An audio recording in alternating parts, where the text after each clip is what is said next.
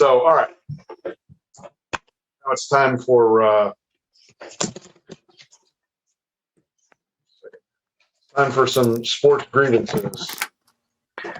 All right, folks. So just recap. So anybody's seen there's a Seinfeld episode back in the day where George Costanza's father came up with a new holiday called Festivus. And he said that he was in a toy store. He said a long time ago he was in a toy store shopping for something for George for Christmas, and he reached up to try to grab the last toy, and someone grabbed it before him. As I really blows down upon him, I thought there had to be a better way.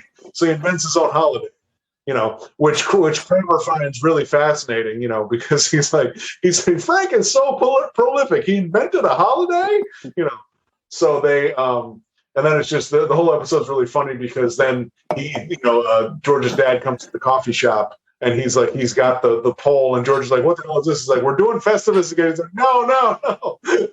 And Jerry's like telling Elaine about it and they're all laughing their asses off about it. So anyway, but then when they actually have Festivus, they're sitting around the dinner table and the first part is the airing of grievances. So, and George's father says, I got a lot of problems with you people, and now you're going to hear about them.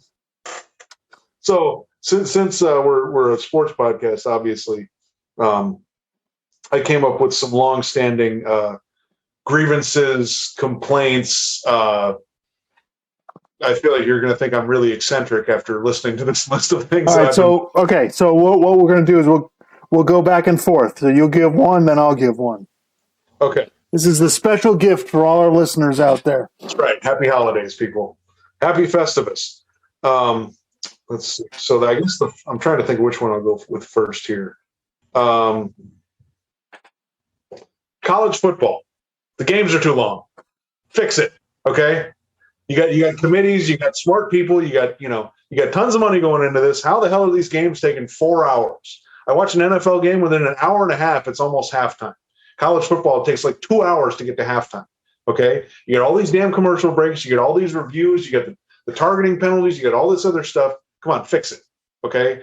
Run the clock after first down. Stop stopping the clock maybe. I don't know. Do something, okay? You guys you're smart people. Figure it out. It's really ridiculous. Yeah, and you know what? It's so funny. That was my number one on my list, too. What else did you have to say? Yeah, I've been complaining about this for 5-6 years now. It's gotten completely out of control. Major college football games, especially bowl games, especially playoff games, are 4 hours. Okay? This is absolutely ridiculous in a game where there's 15 to 20 minutes of action, of actual action, that we take 4 hours to watch it on television.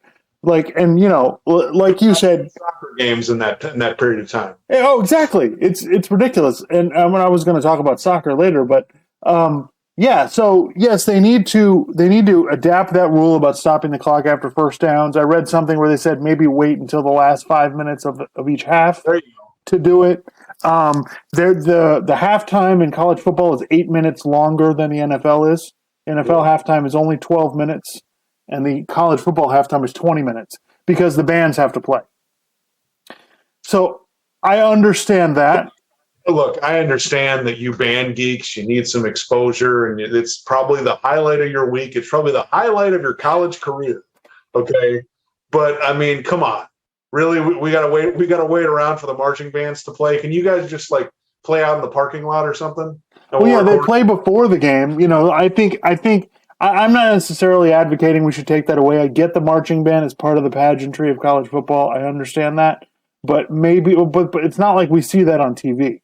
So maybe, for television, it's terrible because it doesn't really matter to us. We're not watching the bands. We're watching the next Budweiser ad or whatever it is. So, yeah, there are definitely some solutions. They need to have a time limit on the replays because the replays are just completely out of control in college football. And so, yeah, that's a major problem. All right, so I'll go next. So, I mean, this to me is a criticism of all sports. We have too many regular season games. Too many. Yeah. We don't need, we certainly don't need we don't need for sure 162 baseball games. There's no reason for that at all. And we definitely don't need 82 NBA games. Like baseball, we could use 120, 130 maybe. Basketball, we could probably do 65. We would be just fine. Football, we're doing 17 now, which is just kind of, we're basically on the edge of where the attrition is just too much. I think if we're going to do this many games, we need to have 2 bye weeks. Yeah. But, especially these sports like basketball and hockey where they have big expanded playoffs. Like, we definitely don't need, half the league makes the playoffs anyway. We certainly don't need, that many games. So this is the problem with the NBA, is why some of the fans especially get mad, is because now that the players don't even play all the games anyway, we're really losing out. Yep. So we could definitely lose a whole bunch of games, and the sports would be just fine. You got to get, what I am for as a general rule in sports, I want more teams in the playoffs, less regular season games. Yes, more urgency. It's 2021, people, it's about to be 2022. More urgency, guys. This is not the early 1900s where it's like, oh yeah, baseball, there's no clock. We don't know when the game's going to end. No, we got all these games and we're just, no, okay. We got too much going on. There's too many options on TV. If a game's going on too long or it's boring, I can turn on Netflix, I can turn on Hulu, I can turn on Amazon Prime, I can turn on HBO Max, I can turn on something else on cable TV. Like, come on. Especially with YouTube now, where you can watch an entire NFL game in 15 minutes. Yeah, with all those highlights. Yeah, those are awesome. Yeah. Yep. Yeah. All right, you're up. Let's see here. Okay. This is kind of something that's bugging me with with grammar and the English language in general. Stop abbreviating stuff or coming up with nicknames for stuff when you don't need to come up with it. A championship is a championship, not a chip. Okay. It's a fucking champion. It's a championship. Okay. Don't come up with nicknames, just world champions, Super Bowl champions, whatever. Championship, you could say trophy. Okay, fine. Because that's something we already use. But we don't need all these different words for stuff. Stop coming up with abbreviations for stuff that doesn't. Now I need to you see people talking about stuff, and you're like, eventually reach the point where you're like, what the hell are they talking about? They're using all these abbreviations and all these other words for stuff. Can we just say a word that means what it means? Championship. We know what that means. Okay, chip. I don't know what that. Like, a lot of people are like, what the hell are you talking about? Like, can we stop trying to be cool? Can media stop trying to be cool? Just call it a championship. Yeah. If the players want to refer to it as a chip, that's stupid, but fine. Go ahead. I'm not going to stop it. But that's mainly a media criticism. Yeah, and listen, abbreviations for the written word, not for the spoken word. Yeah. Why are we abbreviating the spoken word? What's the difference? It's just one of those things where it's like, look, don't, if there's a word for something that's descriptive of the thing and it makes you hear the word, you instantly know what it is, don't then replace it with something else, because it just, you're taking away the impact, and then there's more confusion. And it's like, what are you referring to? And it's like, I don't know what you mean. So you're not into calling the national championship the Natty? No. A scholarship is a scholarship, not a Scully. Scully. No, just cut it out, okay? No, you're national champions, or you're the college football playoff national champions, or the college football playoff champions, whatever it is, Okay, so my next one was NBA replay sucks. Okay. Yes. It's absolutely ridiculous. We do not need to review every single out of bounds play. I realize it only happens in the last 2 minutes of regular season games, but in the playoffs, it's a disaster with replay. Yes. We're replaying all these stupid out of bounds calls. Honestly, does it really matter if the ref gets it wrong once in a while? Like, we're not changing games with this. Whose hand did it go off of? And we have to slow it down. And, these playoff games take forever to play the fourth quarter because of this.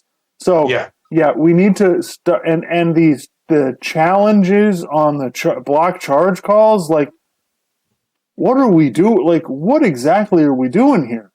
Yeah, can we just, it's a judgment call. They're going to get some right, some wrong. Can we just, Yeah, there's so many calls in an NBA game. We need to just, we need to streamline this. It's a disaster. It ruins it for, that Phoenix. What was it? The finals game, or what? Or the Clippers game? Phoenix and the Clippers against the Clippers? Yeah. Yeah, it took a half an hour to play the fourth quarter, or Yeah. the last 5 minutes of game time took 25 minutes. Oh, and then, I mean, remember, when you have all these breaks, guess what happens? You're basically giving these teams an extra timeout. And so that actually became an advantage for Phoenix in I believe it was game 2 of the Western Conference Finals. They were able to set up a play that basically won them the game. And they didn't have any timeouts left. So that's, All right, go ahead. What do you got? Let's see. Oh, okay. Here we go. Look, I'm going to sound like a grammar, a grammar Nazi or whatever the word you want to use is. Look, Adrian Wojnarowski is a well-known NBA reporter. Okay, he breaks a lot of stories. Everybody kind of knows who he is, but his last name is kind of hard to pronounce. I'm surprised I just got through it when I said it about 20 seconds ago. Okay, so don't try to pronounce it. Just say Woj. Just say if he tweets something about a trade or something, Woj bomb. We all know what that is. You don't need to try to, I mean, listening to Colin Cowherd try to pronounce people's names in sports is hilarious. I mean, he'll mispronounce somebody's name like 5 different ways. I've heard Adrian Wojnarowski, Adrian Wojnarowski, all these. Just say Woj, okay? Same thing with Giannis, okay? If you say Giannis, we know who you're talking about. There's not a bunch of famous people named Giannis. Don't try to pronounce his last name if you can't really pronounce it. I can barely pronounce it. Antetokounmpo. I think that's right. I might have even got it wrong. So just say Giannis. Just say Woj bomb.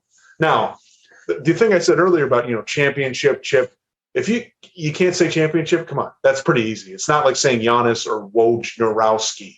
Okay? Just make your lives easier. We know what you're talking about. And anybody who's watching these shows, they're going to know who Woj is. They're going to know who Giannis is. Come on. So you're good with abbreviating it if it's a really hard word to say and you don't want to have people butchering people's names. Just a generally really hard word to pronounce. Just don't butcher the guy's name. Don't go, oh, I'm going to try to pronounce this and I'm going to butcher. Don't butcher it then.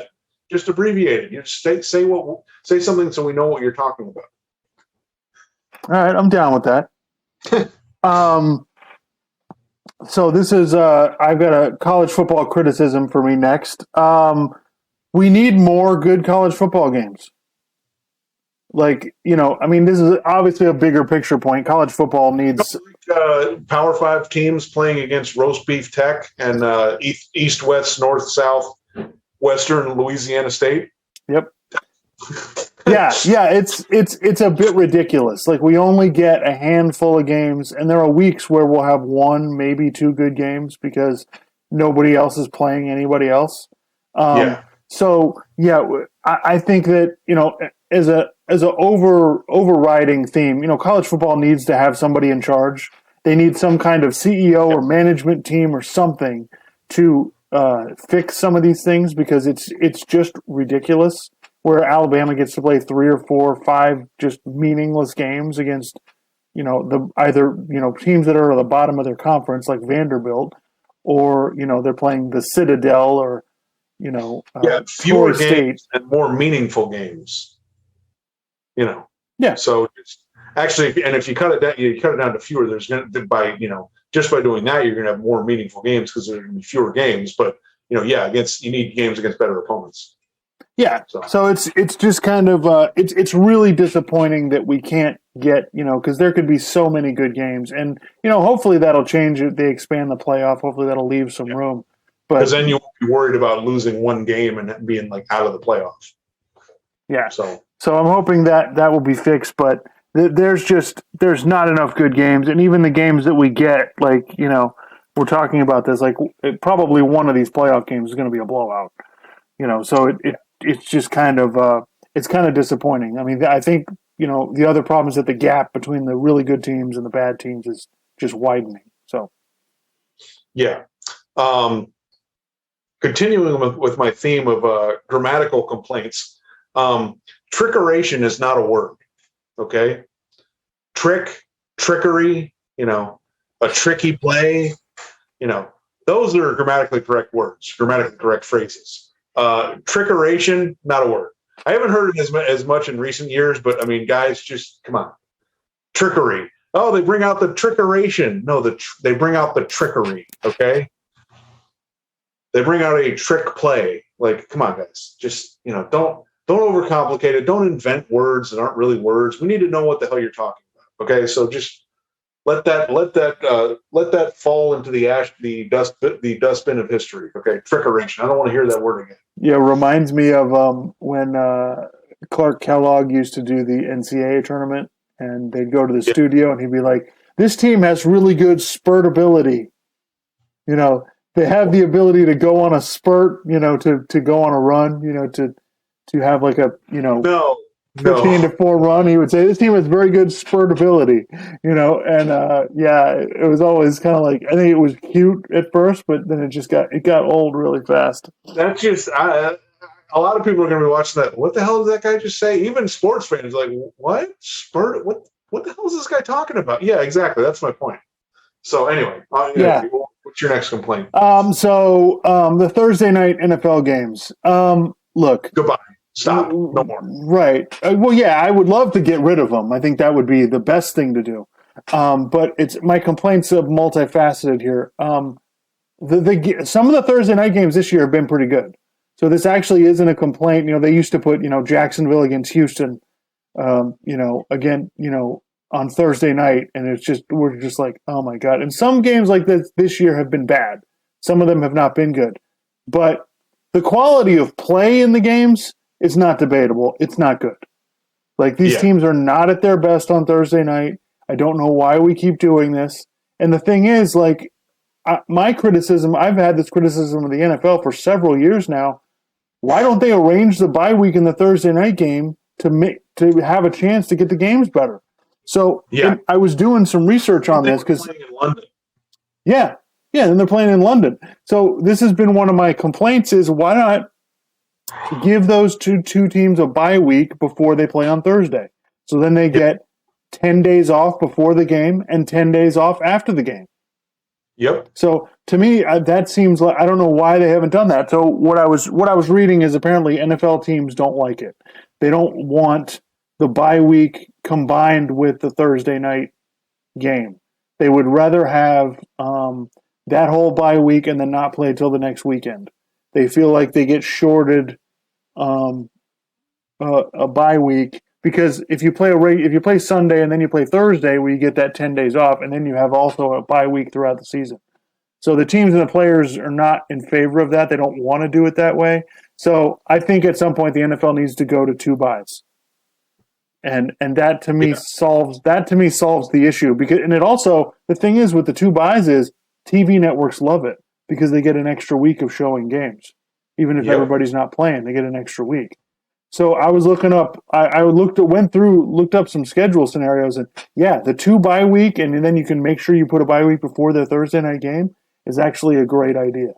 So, I don't know if the NFL will actually do it, but I understand they're trying to get every bit of TV space they can, but there's a way you can accomplish both goals. And I think the NFL should start doing that. Make all the Thursday night games division games. Give both teams a bye week the week before. Yeah. Okay. Booing Roger Goodell at the NFL draft. Why? Do you even know what you're booing for? Like, what, is there a specific situation that he handled that you're complaining about, or you're just booing to boo? Like, come on, guys. I mean, booing has to have some, it has to have some meaning behind it, okay? You have to be like booing because you're pissed off at somebody, or like you're at a comedy show, the comedian just sucks. Like, what are you booing about? What does Roger Goodell do wrong at the draft? He just walks up there, announces the name, and then the guy comes on stage, and then he hugs the guy, they hold the jersey, they take the picture, and you move on. What's the problem? Another thing is like cheering in the third, fourth, fifth round for some guy your team picked who there's no way you can play football. Okay, I mean that's just whatever. But just the booing Roger Goodell, I just don't get it.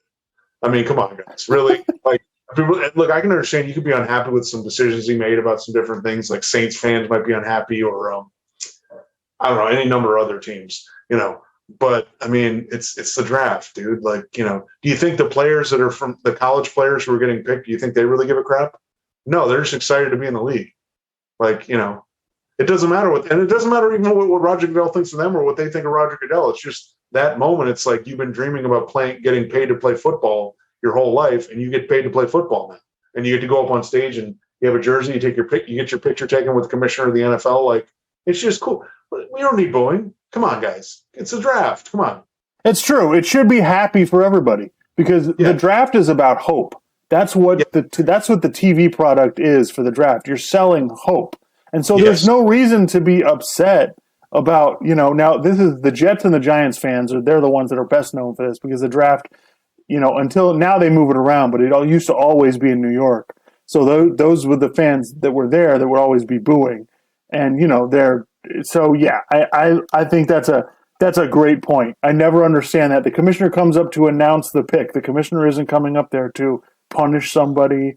Not coming up there to announce a rule change. He's not coming up there to like kick somebody out of the league. He's not announcing a suspension. He's just with the first pick in the NFL draft, the Houston Texans select, whoever. Yeah, and it's kind of caught on. Like the NBA draft, it's not anywhere near like the NFL draft, but they're starting to be this, let's boo the commissioner. Like, it's cool to boo the commissioner. It's so stupid. All right, so this is my next grievance is the franchise tag in the NFL. Oh, here we go. I think it's fascist. We need to get rid of it. It's absolute nonsense.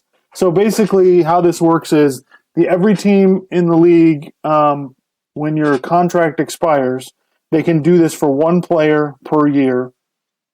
They can basically give you the franchise tag, which means they're keeping you. You have to stay on that team. You can't be a free agent. Now you do get paid the average of the top 5 players at your position. Yeah. Okay. This is what Dak Prescott was doing the last year or whatever. They gave him. He made $35 million and it was all guaranteed. This isn't a money issue. Obviously, the player is going to get a lot of money for that year. But I think it's really unfair that, a guy can play, 5 years, play really well. He wants to go to the open market so he can make as much money as we can because this is America. Okay? That's what America is. It is do the best you possibly can for you and your family. And we have this stupid rule that allows NFL teams to basically hang on to one player, which, so it really bothers me that I think NFL teams have almost all the power in the NFL because they can just cut you. Most guys don't have very much guaranteed money. So the NFL teams get to do a lot of what they want to do. I just think this thing is unfair and it needs to be removed. Yeah, I would agree with that. I mean, it's, I'll make an analogy to, this is kind of an odd analogy, but I've heard some criticisms of like couples living together before getting married, because they're basically saying you're delaying the decision about whether or not you two are going to get married by just living together. And, so you might, and if you don't end up getting married, then you may have wasted years just living together when you probably should have just got, either broken up or gotten married, So it's kind of like one of those things with the NFL where like, okay, if you want the guy, pay him. If you don't, he gets to go somewhere else. Okay. You can't just delay the decision with this other thing where, he gets this 1-year contract, but then, he could have potentially gone somewhere else and gotten multiple years and gotten, some guaranteed money over those multiple years. So. Right. And, guys get injured, especially in football. They get injured all the time. So these guys' careers are finite, man. They may only get that one big contract. And I realize this only affects about, 2% of NFL players. I get it. Okay. This doesn't affect everybody. Yeah. The other thing is this narrative that all these players are going to be moving around. That's not necessary. That's not like that. There's that narrative in the NBA. That's not really true. Okay. There's a percentage that do move around. There's some in the NFL. There's some players who move around not by choice, but because they got cut by one team and then this other team, offered them a contract. So they're going to move anyway. So the idea that all these players are just going to move like crazy, it's not really the case. And even in the NBA, it's not really the case. You have some percentage of players that do it, but it's not most of them. Most players are probably going to they probably want to stay where they are. Some of them, if they have an opportunity to move, they might think about it and they might end up leaving. But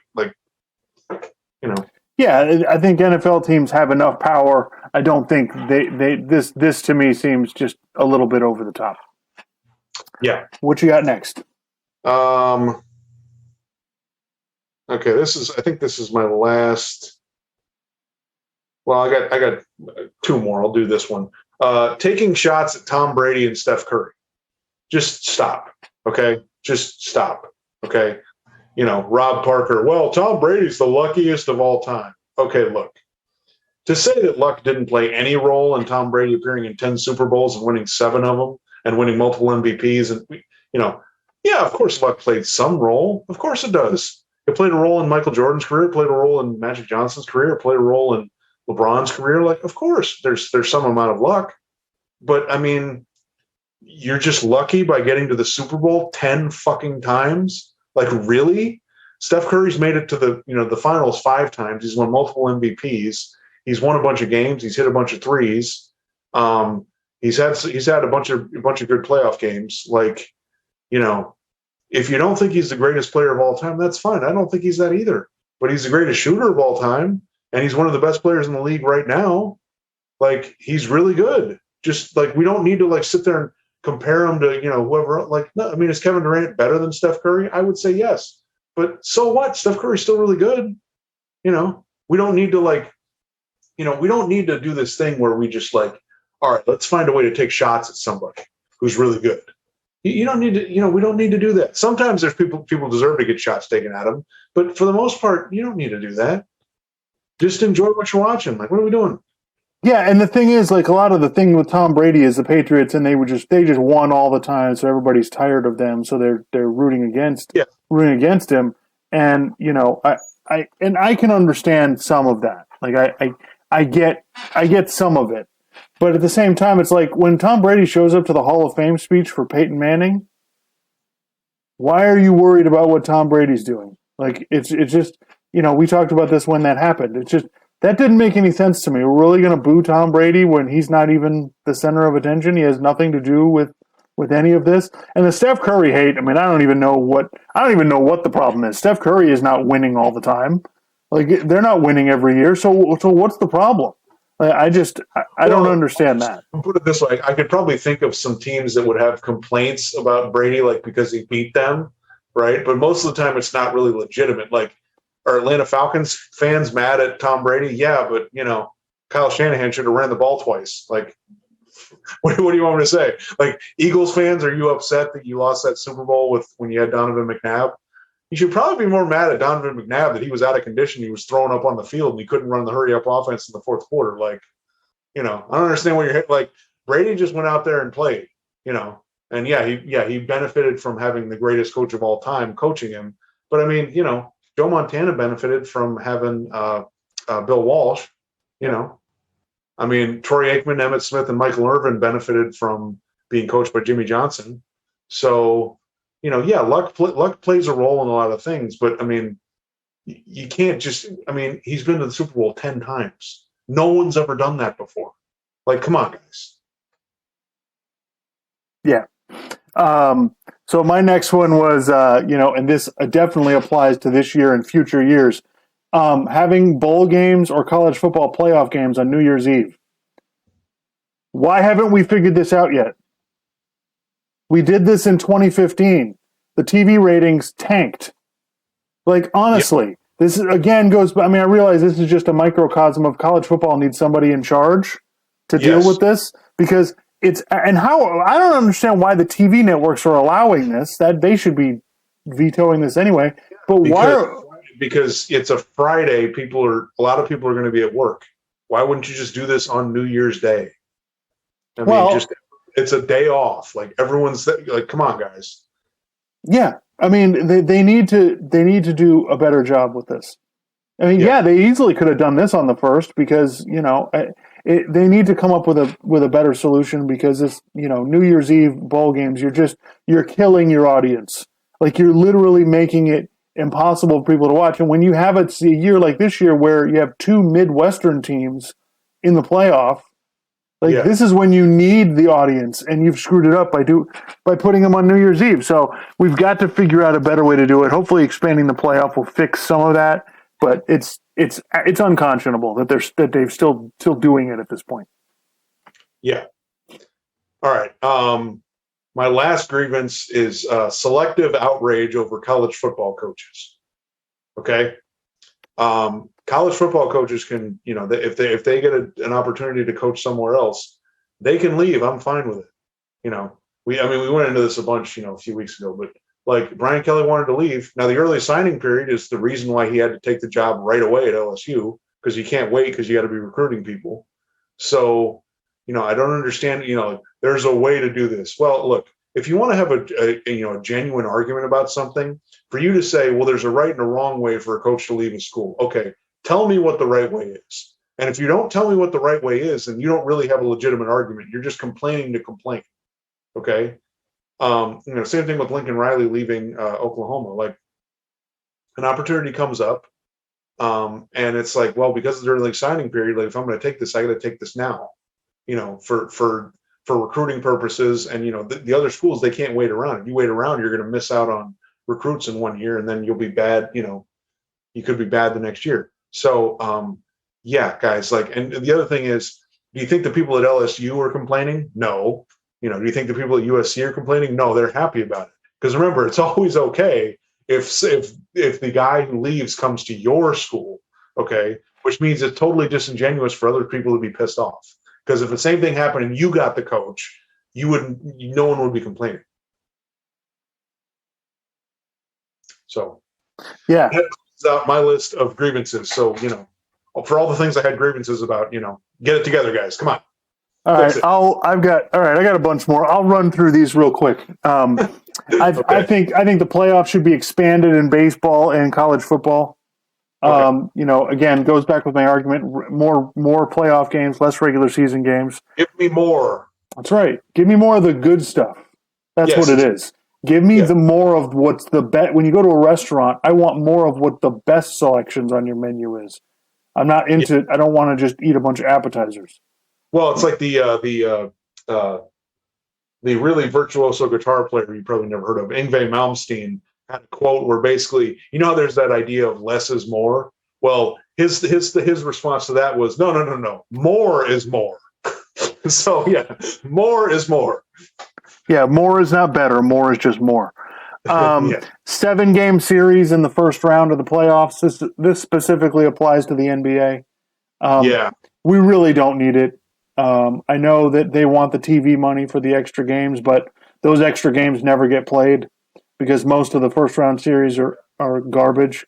So we need, and plus, people do get fatigue from the NBA playoffs going 2 months long. Now, listen, I love basketball, so I don't really care. I would watch the playoffs as long as they went on. But we don't need 7 games in the first round. You don't want to be risking losing the best players. Yeah, it's outgrown its usefulness. I'm going to get this in here. So, people who hate soccer haters, okay? You people that act like, oh, soccer's not that big a deal and it doesn't matter that much and we don't care about it. Interesting. No one really cares. All these people who say they like it are lying. I've heard that before. Yeah, honestly, people, you need to just get over it. Look, here's the thing. If you don't like soccer, fine, don't watch it. It's like me. I don't like college basketball. I don't watch it. Yeah, just get on with your life. There's other stuff to watch. Who cares? Yeah, but I will plug for soccer now. Let me tell you something. I've been watching the Premier League the last couple of years in the Champions League. It's fantastic. It has every bit as much drama, if not more, than our sports do, and they're fascinating because these teams have no problem just cutting people loose and moving on from guys at a moment's notice. If you're halfway through a season as a coach and your team stinks, you get fired, and there ain't no apologies. There's no, oh, well, we should have given this guy a better chance. Like, no, he's gone. This guy's coming in. End of discussion. Like, it's not even really, they don't even really worry about it. So it makes me laugh when American fans get mad now at their players leaving or moving around because it's not even close to what soccer does. Soccer is bottom line, you better win or you're out. That's how it works. And they do not care, oh, well, we played well, and even though we lost, doesn't matter to them. So it's one of the things I really appreciate about soccer. It goes back to the root of sports, which, if I were to sum up sports, it comes down to wins and losses. If you win, you can do whatever the hell you want. If you don't win, it's the great equalizer. It comes down to that. You can spend out whatever money, you can do whatever you want. It doesn't matter. If you win, that's great. If you don't win, we're not interested in you. Yep. Preseason games. This really needs to be gotten rid of. We don't need preseason games in football. We really don't need them in basketball. I know teams do them just to kind of get guys some run. But you could do that. You could do that with scrimmages, right? They already do scrimmages now. Yeah. Yeah. So we need to get rid of the preseason games. I understand NFL owners are money grubbing. I've kind of had this thought for years now that they should make the minor leagues in baseball smaller, because my opinion is if you can play, you can play. If you can't, do something else. I kind of like with the preseason in the NFL, it's like, you can pretty much tell right away when somebody can play. If someone's like they're struggling to get on offense or defense, but they can play on special teams, you kind of know right away, like they can go out there and hit somebody or they can tackle somebody. And it's like, okay, you got a shot to make the roster.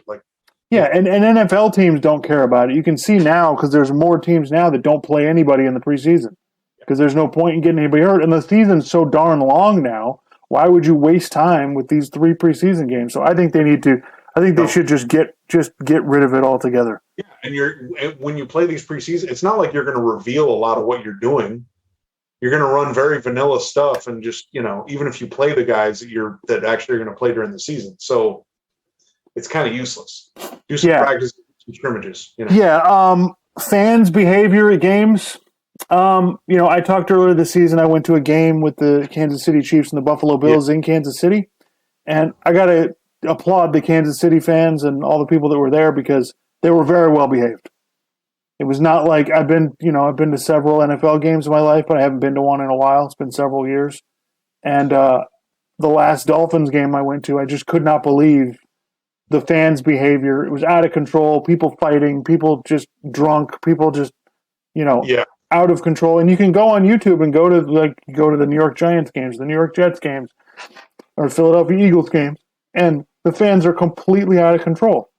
Well, and remember, we both live in South Florida, which means if you guys don't know this, a lot of people from New York or the Northeast come down here to live. They move from up north and live down here, and then they go to our games. Okay, and then during the games, a lot of times they're like the loudest fans there. Okay, so yeah, they do that there. Then they come down here, and then they act the same way here. So yeah, it's Yeah. All right. So a couple more. I think the way we're protecting quarterbacks has gone to a whole new ridiculous level. You can't even tackle the quarterback now. You tackle like he throws the ball and then you tackle him a split second later.